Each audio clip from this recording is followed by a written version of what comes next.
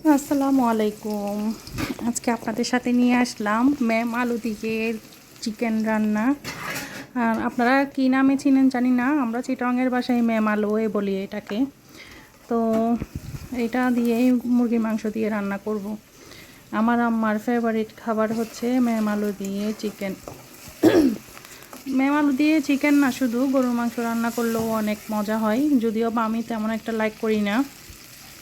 কারণ হচ্ছে আমার কাছে কেমন জানি আটালু আটালু মনে হয় আলুটা।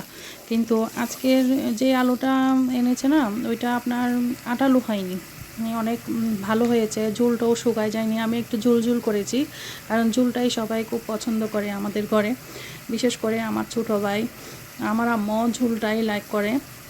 এই আর কি, আসলে আমি কথা গুলাই ফেলতেছি, কীভাবে যে ভয়েস দিব সেটাই বুঝি না, কথাকে আমি 2-3 রকমের করে বলে ফেলি। তো আপনারা কমার দৃষ্টিতে দেখবেন। এই তো আমি সব মশলা দিয়ে দিলাম, প্রথমে পেঁয়াজ কুচি করে দিলাম তেলে, ওগুলো একটু নরম হয়ে আসছে। আর আদা রসুনের পেস্ট দিয়েছি, সেই সাথে লবণ, মরিচ, হলুদ, তারপর ধনে গুঁড়া। আমরা ধনের ফাঁকিগুলো খাই, কারণ হচ্ছে আমরা জিরা বাটা খাই না। তবে আমার শ্বশুরবাড়িতে জিরা বাটাটাই খাই, ওরা জিরা বাটাই পছন্দ করে। শুকনা গুঁড়া দিলে নাকি ওদের পেটের সমস্যা করে, এই জন্য। তো এই তো ম্যাম আলু দিয়ে দিলাম, মুরগিটা একটু নেড়ে চেড়ে নিয়ে মশলার সাথে। আমি মুরগি কষিয়ে আলুটা দিই নাই, কারণ হচ্ছে আলুটা যদি কষানোর সাথে না দিই না, আমার কাছে মনে হয় যেন ভিতরে কিছু ঢুকে না, এই জন্য আমি মুরগির সাথেই আলুটা দিয়ে দিয়েছি। যদিও বা আলুটা আমি হলুদ দিয়ে একটু সিদ্ধ করে নিয়েছিলাম, যাতে আটালু ভাবটা না থাকে, যার কারণে এটাও একটু ভালোভাবেই সিদ্ধ হয়ে গিয়েছিলো। কারণ আমার কাছে মনে হয়েছে আগে আগে যতবার রান্না করেছে, মুরগিতে দেওয়ার পরেও, সিদ্ধ হওয়ার পরেও আলুটা একটু শক্ত হয়ে যায় ঠান্ডা হওয়ার পরে।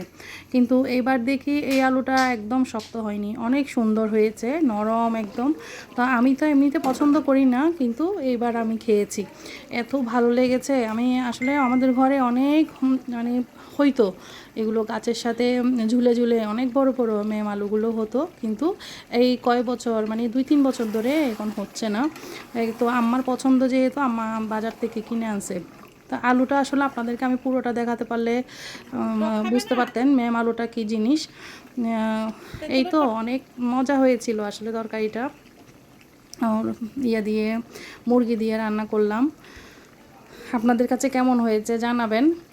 দেখতে কালারটাও একদম লাল লাল, অনেক মজা হয়েছিল। কিন্তু আমাদের মরিচ এমনি লাল, বাট আপনার না কি বলে, ঝাল না, একদম ঝাল না, শুধু দেখতেই লাল লাল মনে হবে কি ঝাল তরকারিটা, কিন্তু খেতে গেলে না একদম ঝাল হয় না, শুধু এমনিতেই কালারটা লাল হয়, এই জন্য। আর আমাদের বাসার সবাই কালার যদি লাল না হয় কেউ পছন্দ করে না, সাদা তরকারি কেউ পছন্দ করে না, সবাই লাল লাল হইলেই তখন খুব পছন্দ করে। মনে করে কি লাল হইলে মনে করে কি ঝাল হইছে, কিন্তু ঝাল হয় না, এমনিতে লালই হয়। তো কেমন হলো আপনারা জানাবেন। আমি আসলে যেভাবে পারি, আর এটা কীভাবে রান্না করে সেটাও আপনারা বলবেন, কারণ আমার হয়তো ভুলও হইতে পারে। আপনারা কীভাবে রান্না করবেন সেটা জানাবেন। এই তো একটু আমি সিদ্ধ করা অবস্থায় নিলাম, এটা হচ্ছে লাস্ট পর্যায়ে। তো আমি আর এরপর এটা নিতে পারিনি, ভুলে গেছি। সবাই ভালো